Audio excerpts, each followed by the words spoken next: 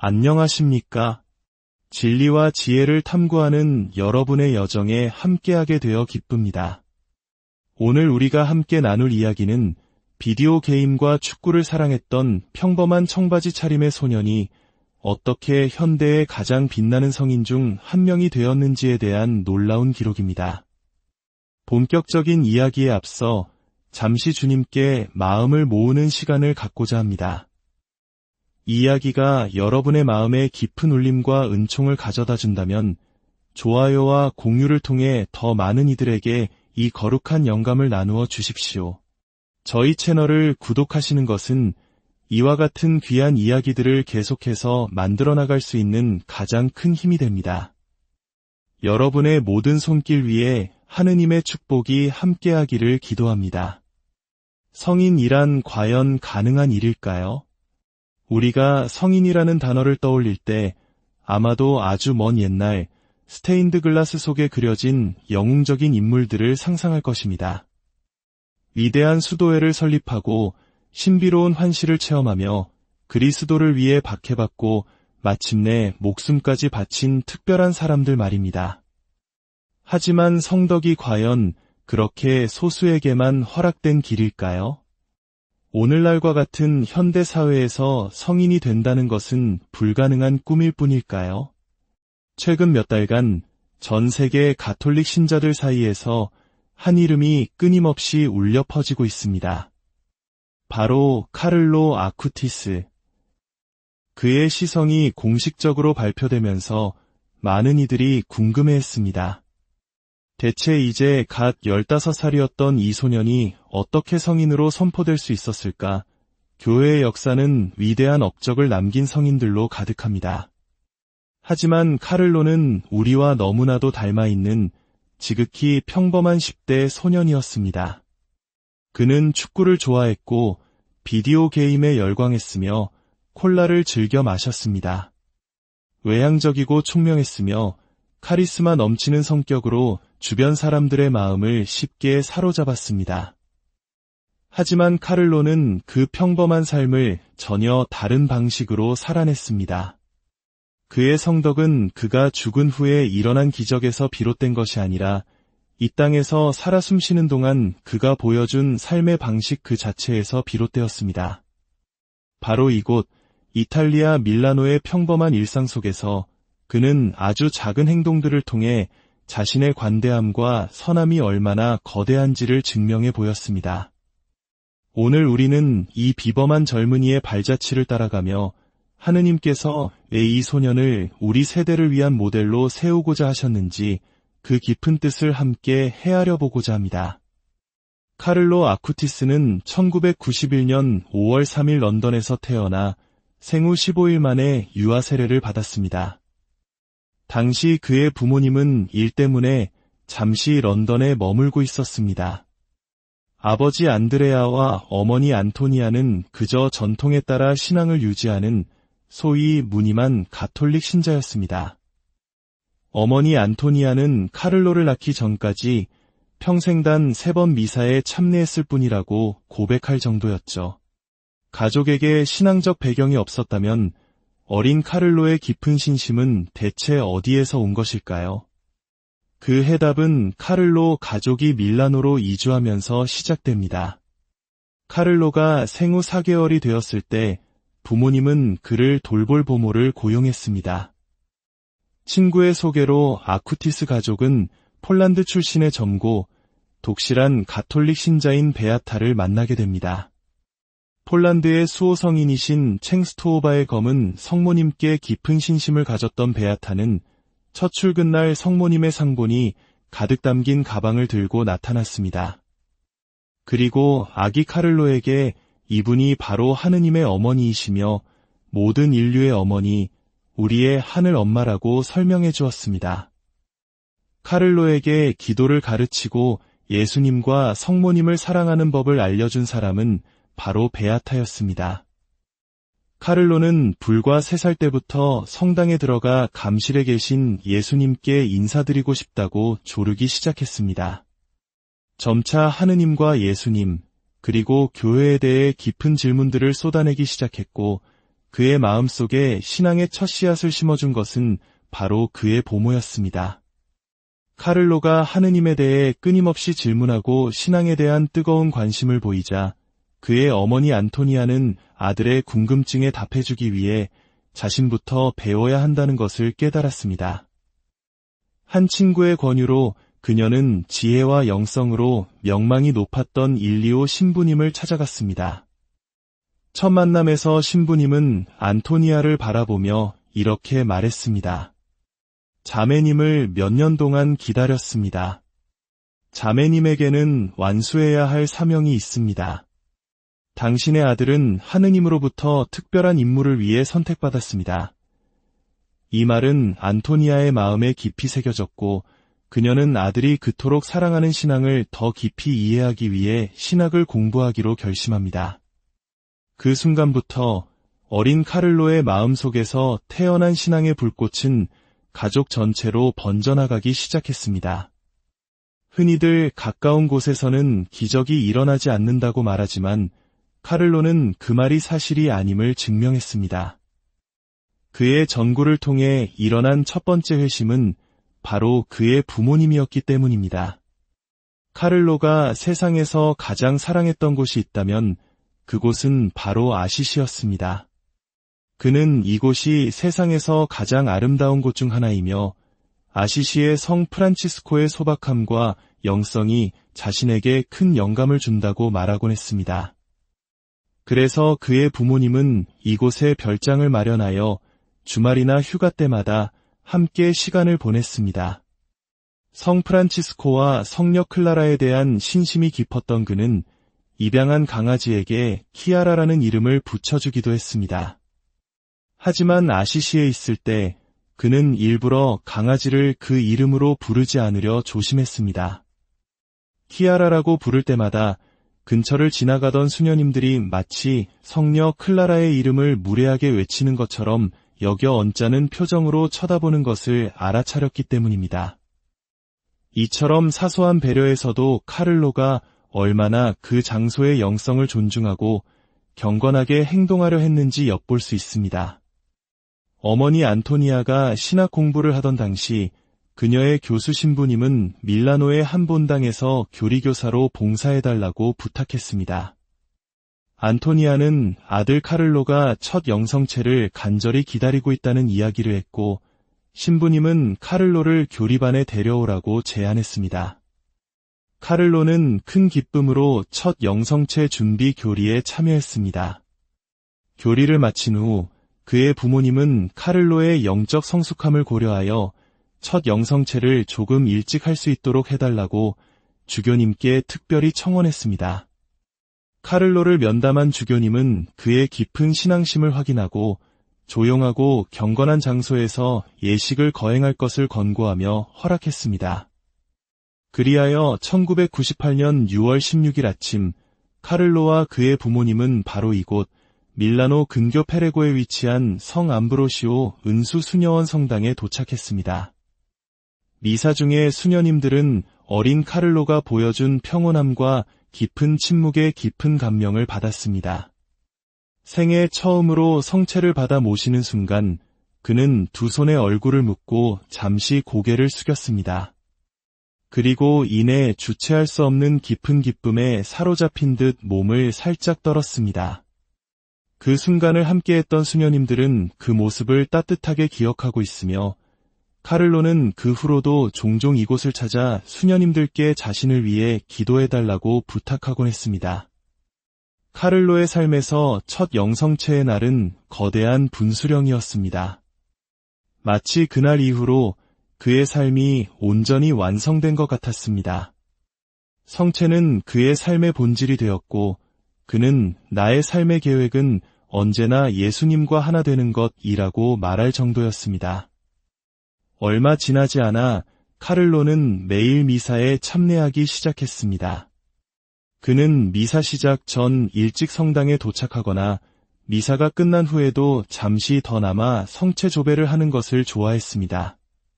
그는 부모님에게 이렇게 말했습니다.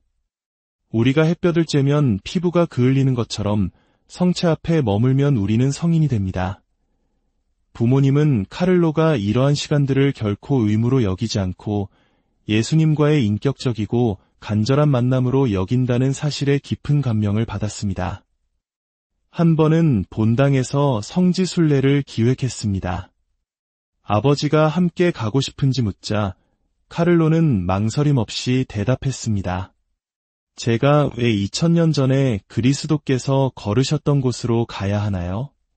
저는 지금 여기 감실 안에서 살아계신 그분을 만날 수 있는 거려. 카를로는 성체 조배를 너무나도 사랑했습니다. 그가 학교 갈 때 차 안에서 성체 성사의 신비와 그 중요성에 대해 이야기해주곤 했습니다. 성체 안에 주님의 영혼과 피와 몸이 어떻게 현존하는지를 설명해 주었죠.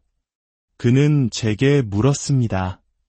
만약 당신이 주님께 더 가까이 다가간다면 당신의 삶은 완전히 변할 거예요. 계속 미사에 참여한다면 당신은 주님을 닮아가기 시작할 겁니다. 그는 가톨릭 교회의 가르침을 제게 설명해 주었고 살아계신 하느님이라는 진리를 보여주었습니다. 그로 인해 저는 세례를 받고 싶다는 열망을 느끼게 되었습니다. 그에게는 사람의 마음속에 열정을 불어넣는 아주 특별한 설명의 재능이 있었습니다. 2002년 카를로는 부모님께 본당에서 교리교사로 봉사하고 싶다는 허락을 구했습니다. 부모님은 학업에 소홀히 하지 않겠다는 약속을 받고 이를 허락했습니다. 그리하여 불과 11살의 나이에 카를로는 자신보다 나이가 많은 청소년들에게 성사를 준비시키는 교리교사가 되었습니다. 그는 엄청난 열정과 헌신으로 수업을 준비하며 젊은이들이 성덕의 삶을 살도록 격려할 방법을 모색했습니다. 곧 그는 교리반 학생들이 축성된 제병 안에 그리스도께서 실제로 현존하신다는 것을 확신하게 할 방법을 고민하기 시작했습니다. 그는 어릴 적 부모님과 함께 피렌체의 성 암브로시오 성당을 방문했을 때 보았던 두 가지 성체 기적을 떠올렸습니다. 이 주제에 대해 더 깊이 연구하기로 결심한 그는 곧 큰 문제에 부딪혔습니다. 교회에서 공식적으로 인정한 성체 기적에 대한 정보가 체계적으로 정리된 곳이 단 한 군데도 없었던 것입니다. 그렇게 해서 성체 기적 전시회라는 아이디어가 탄생했습니다. 카를로는 인터넷과 책을 뒤지며 전 세계의 성체 기적들을 조사하기 시작했습니다. 2년이 넘는 방대한 작업 끝에 그는 자료카드를 만들고 텍스트를 번역 및 작성하고 이미지를 편집했으며 심지어 직접 그 장소들을 방문하여 전시회를 풍성하게 할 정보를 수집했습니다. 2000년대 초반 인터넷은 이제 막 대중화되던 시기였지만 카를로는 컴퓨터 공학에 타고난 재능을 보였습니다. 그는 독학으로 프로그래밍을 배웠고 9살 때 이미 컴퓨터 과학에 관한 대학 수준의 서적을 읽었습니다. 하지만 그는 자신의 능력을 게임이나 소셜미디어에 사용하는 대신 하느님에 대해 이야기하는 데 사용하기로 결심했습니다. 그렇게 그는 자신의 가장 위대한 프로젝트, 전 세계 성체 기적 디지털 전시회를 개발하기 시작했습니다. 카를로는 성체를 열렬히 사랑했으며 더 많은 사람들이 축성된 제병 안에 예수님께서 실제로 현존하심을 이해하기를 바랐습니다. 그래서 그는 수세기에 걸쳐 교회가 인정한 성체 기적들을 기록하기로 결심했습니다. 기적들은 각각의 판넬로 정리되었고 각 패널에는 기적이 일어난 경위, 관련 과학적 연구, 교회의 공식 인정 날짜, 그리고 그가 수집한 모든 사진 자료가 담겼습니다. 그의 연구 결과는 인터넷에 무료로 공개되어 어떤 본당이나 단체든 파일을 다운로드하고 패널을 인쇄하여 자체적으로 전시회를 열 수 있도록 했습니다. 그리고 놀라운 일이 일어났습니다. 미국에서만 1만 개가 넘는 본당에서 이 전시회가 열렸고 파티마, 루르드, 과달루페와 같은 세계에서 가장 중요한 성지들에서도 전시되었습니다. 한 10대 소년의 소박한 프로젝트로 시작된 것이 전 세계적인 복음화 현상으로 발전한 것입니다. 하지만 카를로는 여기서 멈추지 않았습니다. 그는 성모님 발현과 성지, 천사와 악마, 그리고 천국, 지옥, 연옥이라는 세 가지 주제로 새로운 전시회를 기획했습니다.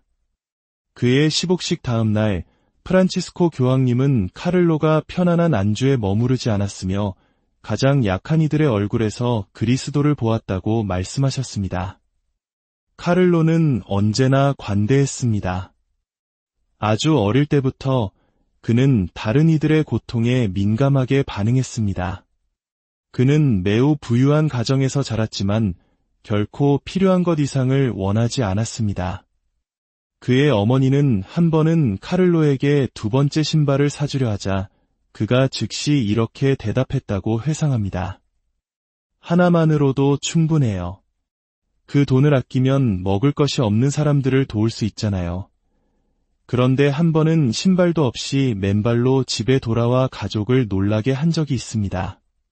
길에서 추위에 맨발로 떨고 있는 노숙인을 만났고 망설임 없이 자신의 운동화를 벗어 그에게 건네주고 양말만 신은 채 집으로 돌아온 것입니다. 카를로와 함께했던 모든 사람들은 그가 그런 사람이었다고 말합니다. 그는 명품 옷이나 액세서리에는 전혀 관심이 없었고 소박하게 입는 것을 선호했으며 거칠애를 진정으로 싫어했습니다. 도시의 다른 아이들과 젊은이들이 가족의 부를 과시하기 바빴던 반면 그는 자신의 사회적 지위를 결코 드러내지 않았습니다. 밀라노의 거리에서 카를로는 모든 사람과 대화를 나누었고 누구에게나 지지와 격려의 말을 건넸습니다. 그는 종교나 국적을 가리지 않았고 모든 사람 안에서 사랑받아야 할 그리스도를 보았습니다. 카를로는 가난한 사람들을 늘 걱정했습니다. 한 번은 성당 밖에서 잠자는 에마누엘레라는 노숙인이 있었습니다. 우리가 성체 조배를 하러 들어가려는데 카를로는 그가 판지 위에서 자는 것을 보고 울기 시작했습니다. 그는 몹시 걱정하며 어머니에게 침낭을 사달라고 부탁했습니다. 그가 판지 위가 아닌 따뜻한 곳에서 잘 수 있도록요. 그리고 부모님께 허락을 받아 매일 밤 그 노숙인에게 음식을 가져다 주었습니다. 그는 깊은 신앙을 가진 아주 특별한 아이였고 마치 저의 스승처럼 많은 것을 가르쳐 주었습니다. 가족의 직원이었던 라제시의 도움으로 카를로는 정기적으로 노숙인들에게 음식을 가져다 주었습니다. 그는 용돈으로 도시락과 보온병을 샀고 노숙인을 볼 때마다 자신의 저녁 식사 일부와 따뜻한 음료를 함께 건넸습니다. 또한 옷과 침낭 등 필요한 모든 것을 나누어 주었습니다.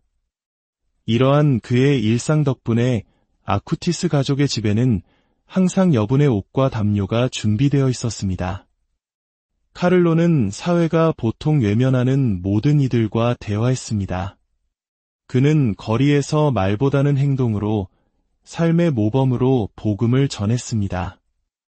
이곳은 카를로가 거의 평생을 다녔던 마르첼린의 수녀회 부속 학교입니다.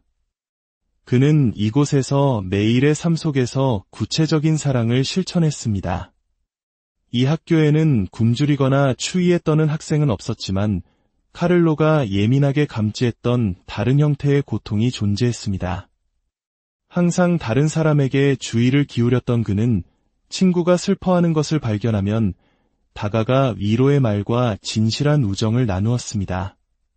그는 예수님의 위대한 친구였지만 일상 속에서는 영웅적인 인간미를 통해 그 사랑을 표현할 줄 알았습니다. 그의 반에는 옷차림이 허름하다는 이유로 심한 놀림을 받는 친구가 있었습니다.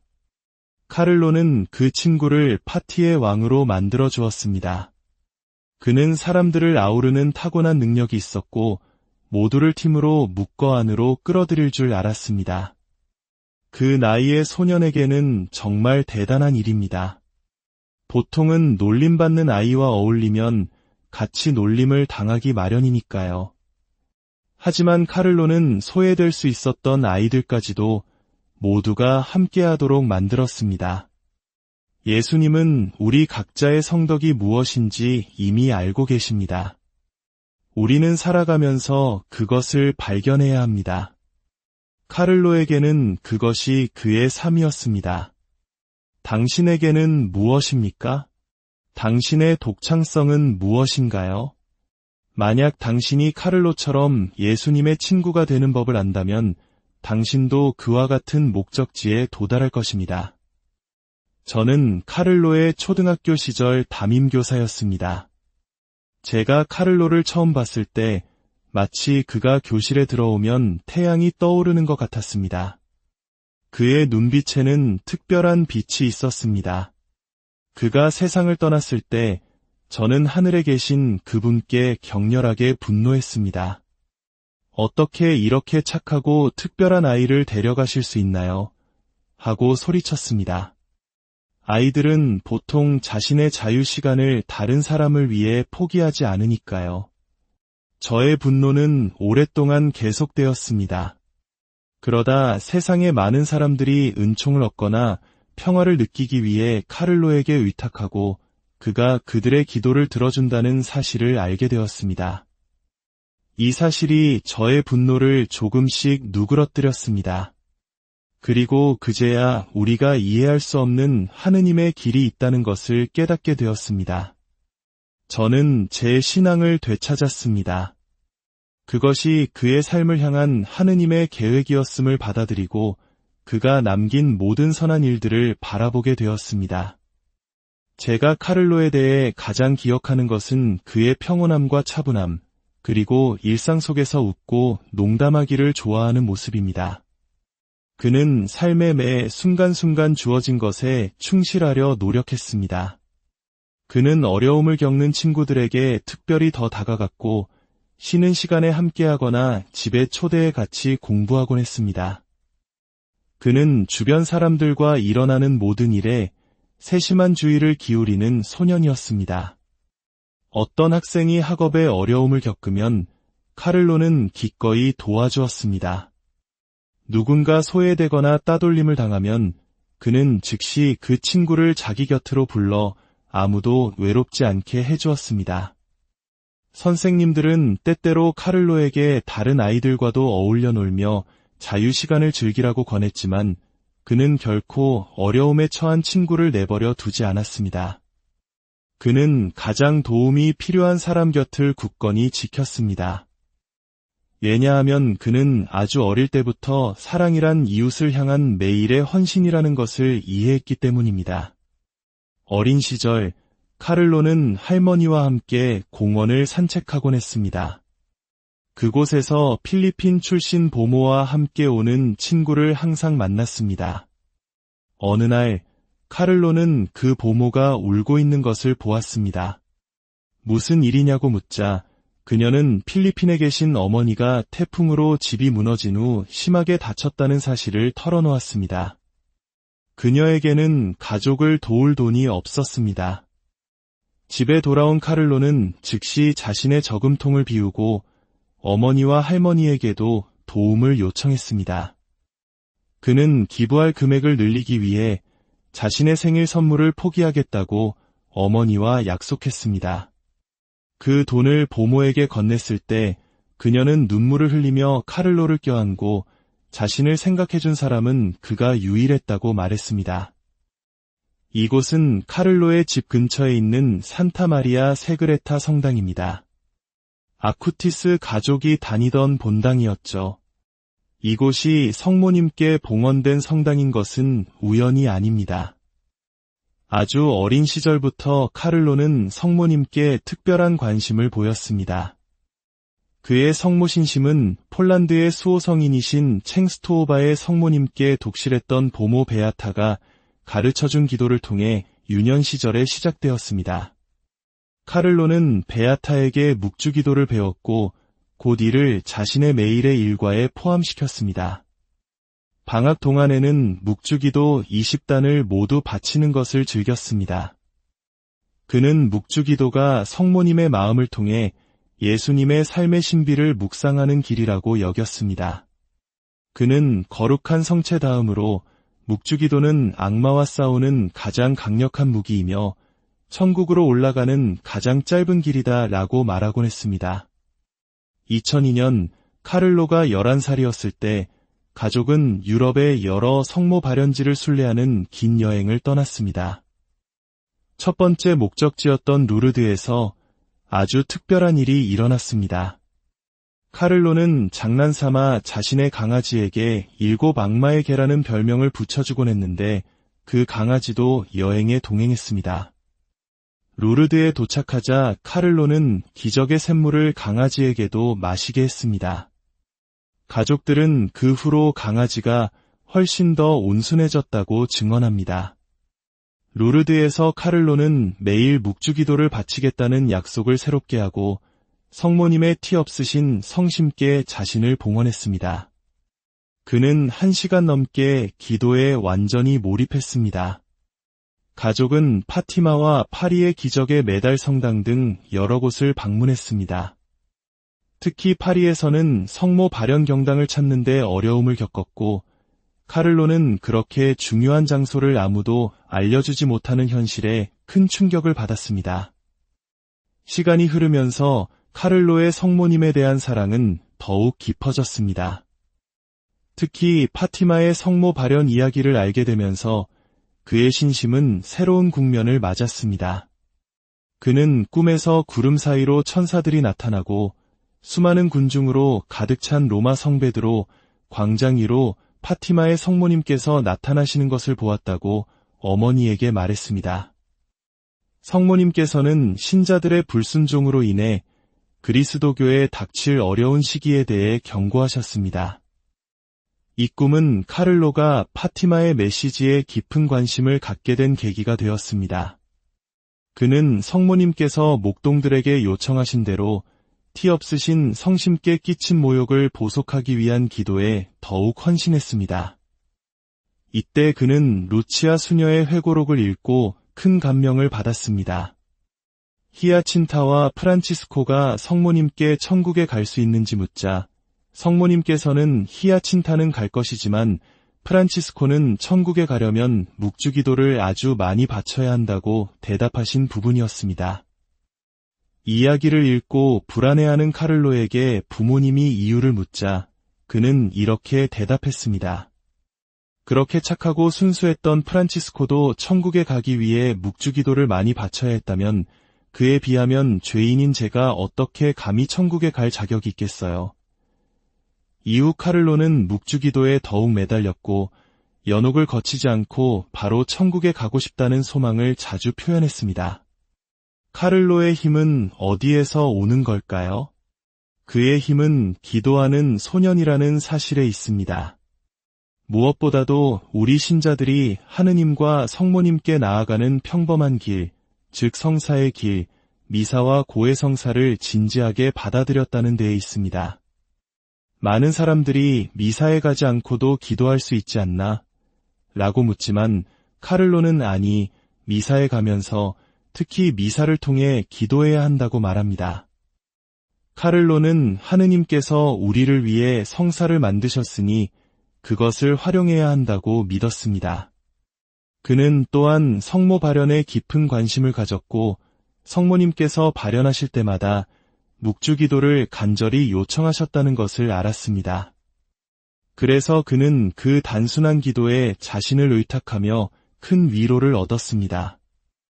저는 카를로가 우리 삶의 근본적인 진리를 받아들이도록 젊은이들을 이끄는 모범이라고 믿습니다.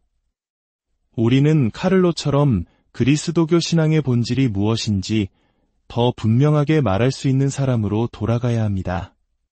생애 마지막 몇 달 동안 카를로는 전 세계의 성모 발연과 성지를 알리는 새로운 프로젝트에 착수했습니다. 이 프로젝트는 그의 사후에 가족에 의해 완성되었고 성체 기적 전시회처럼 전 세계 여러 곳에서 소개되었습니다.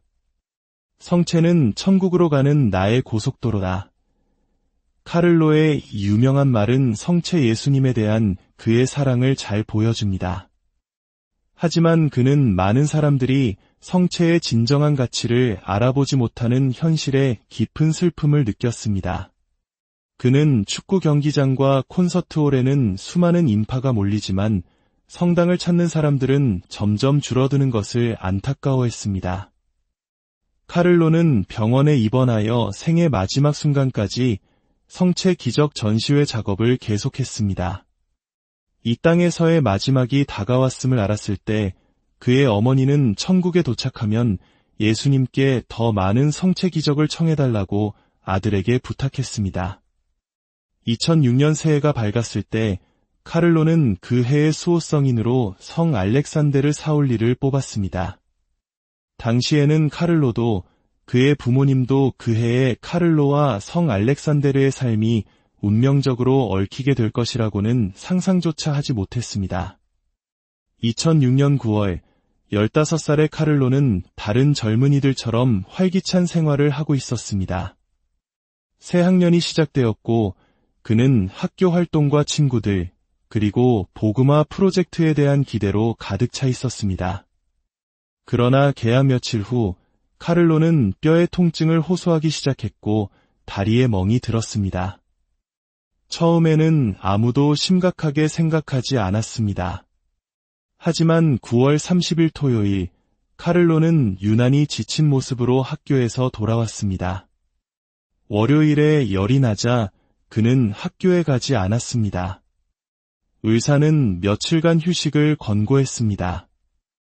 열이 있었음에도 불구하고 카를로는 숙제를 하고 묵주기도를 바치며 활기를 잃지 않으려 노력했습니다. 모두가 단순한 감기라고 믿었습니다. 10월 3일 화요일 밤, 카를로는 부모님에게 연옥을 거치지 않기 위해 자신의 고통을 교황님과 교회를 위해 봉헌하겠다고 말했습니다. 평소 장난기가 많았던 터라 부모님은 그저 농담이라고 생각했습니다. 그러나 그날 밤 어머니 안토니아는 훗날에야 이해하게 될 꿈을 꿉니다. 꿈에서 그녀는 아시시의 성 프란치스코와 함께 성당에 있었고 성당의 둥근 천장에는 카를로의 거대한 얼굴이 나타났습니다. 성 프란치스코는 그녀에게 카를로가 교회에서 중요한 인물이 될 것이며 수많은 성인들의 선구자가 될 것이라고 말했습니다. 10월 7일, 카를로는 몸을 움직일 수 없는 상태로 아침을 맞았습니다. 부모님은 그를 즉시 병원으로 데려갔습니다. 병원에 도착했을 때 안토니아는 병원 근처의 성당이 바로 카를로가 연초에 뽑았던 수호성인 성 알렉산데르 사울리의 유해가 모셔진 곳임을 알아보았습니다. 바로 그날 진단이 내려졌습니다. 급성 전골수성 백혈병. 이미 상당히 진행된 후에야 증상이 나타나는 무서운 병이었습니다. 의사들은 카를로와 그의 부모님에게 상황의 심각성을 설명했습니다. 그는 그 소식을 평온하게 받아들이며 하느님께서 제게 알람 시계를 주셨네요 라고 농담까지 했습니다. 병세가 시간마다 악화되었음에도 불구하고 그는 계속 미소를 지으며 의료진과 가족에게 감사를 표했습니다. 고통 속에서도 그는 기쁨에 차 있었습니다. 의사들이 카를로, 괜찮니? 라고 물으면 그는 고통스러워하면서도 네, 좋아요 라고 대답하며 항상 밝은 모습을 보였습니다. 그는 부모님과 할머니가 자신을 간호하느라 쉬지 못하는 것을 걱정했습니다. 의사와 간호사들은 이 유형의 백혈병이 유발하는 극심한 고통을 알기에 그의 모습에 놀라움을 금치 못했습니다. 그들은 카를로가 인간의 힘이 아닌 다른 힘에 의지하고 있음을 느꼈습니다. 마침내 그는 병자성사를 청하고 아시시에 묻히고 싶다는 소망을 밝혔습니다. 그리고 나서 카를로는 눈을 감았고 다시는 뜨지 못했습니다. 10월 11일은 성 알렉산데르 사울리의 선종 기념일이기도 했습니다. 그리고 10월 12일 파티마의 성모님 마지막 발현 기념일 전날 카를로의 심장은 멈추었습니다. 그의 삶은 마지막 순간까지 하느님의 놀라운 섭리 안에서 엮여 있었습니다. 카를로가 세상을 떠난 지 정확히 10일 후 멕시코의 한 성당에서 축성된 제병에서 붉은 액체가 흘러나오는 현상이 발견되었습니다. 이 기적은 훗날 카를로의 선종 6주기인 2012년 10월 12일에 교회에 의해 공식적으로 인정되었습니다. 카를로의 부모님은 아들이 가난한 이들을 돕는 습관이 있다는 것을 알고 있었지만 그 자선행위의 진정한 규모를 알게 된 것은 그의 사후였습니다. 장례 미사를 위해 성당에 도착했을 때 안토니아와 안드레아는 전혀 예상치 못한 거대한 인파와 마주쳤습니다. 그들 중에는 노숙인, 이민자, 어려운 처지의 가족들, 외로운 노인들 등 카를로가 평생 동안 남몰래 도와왔던 사람들이 있었습니다. 너무 많은 사람들이 몰려와 성당에 들어오지 못한 이들은 밖에서 그의 마지막 길을 함께했습니다. 카를로의 성덕에 대한 명성은 빠르게 퍼져나갔고 그의 전구를 통해 받은 은총에 대한 보고가 매일 부모님에게 전달되었습니다. 마침내 그의 시성 절차를 시작해달라는 청원이 제기되었습니다. 그의 선종 6년 후인 2012년 10월 12일, 카를로는 하느님의 종으로 선포되었고 시복 시성 절차가 공식적으로 시작되었습니다. 그의 시복을 위한 첫 번째 기적은 브라질에서 일어났습니다. 2013년 고리췌장이라는 희귀병으로 아무것도 먹지 못하던 4살 소년 마테우스가 카를로의 유물에 손을 댄 후 즉시 그리고 완벽하게 치유되었습니다. 이 기적은 바티칸에 의해 공식적으로 인정되었고 카를로는 2020년 10월 10일 아시시의 성 프란치스코 대성당에서 복자로 선포되었습니다. 시성에 필요한 두 번째 기적은 2022년 이탈리아에서 일어났습니다.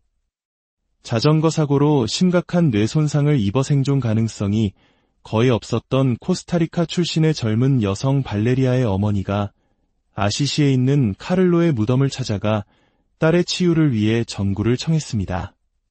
바로 그날 발레리아는 놀라운 회복세를 보이기 시작했고 열흘 만에 완전히 건강을 되찾았습니다. 그리하여 2024년 5월 23일 프란치스코 교황님은 카를로 아쿠티스가 성인이 될 것이라고 공식적으로 선포하셨습니다. 카를로가 세상을 떠나던 주에 그의 어머니가 꾸었던 꿈은 이제 우리 눈앞에서 현실이 되고 있는 듯합니다.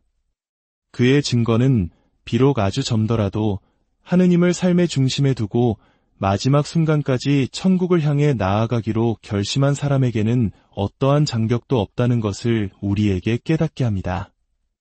카를로는 성덕이 가능함을 우리에게 증명했으며 이제 어쩌면 당신도 그 성인들의 바다에 함께하게 될지 모릅니다. 카를로, 그는 제게 천사와도 같습니다. 한마디로 표현하자면 미소, 독창성, 열정, 단순함, 그리고 예의 발음입니다. 그는 결코 자신에 대해 말하지 않았습니다. 아마 카를로는 스스로를 성인이라고 생각조차 하지 않았을 것입니다.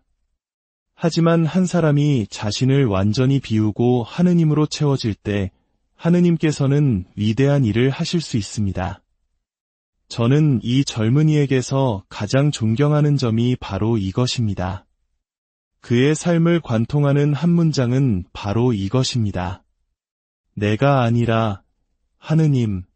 오늘 복된 카를로 아쿠티스의 이야기가 여러분 각자의 평범한 일상 속에서 비범함을 발견하고 각자에게 주어진 성덕의 길을 용기 있게 걸어갈 수 있는 영감이 되기를 기도합니다.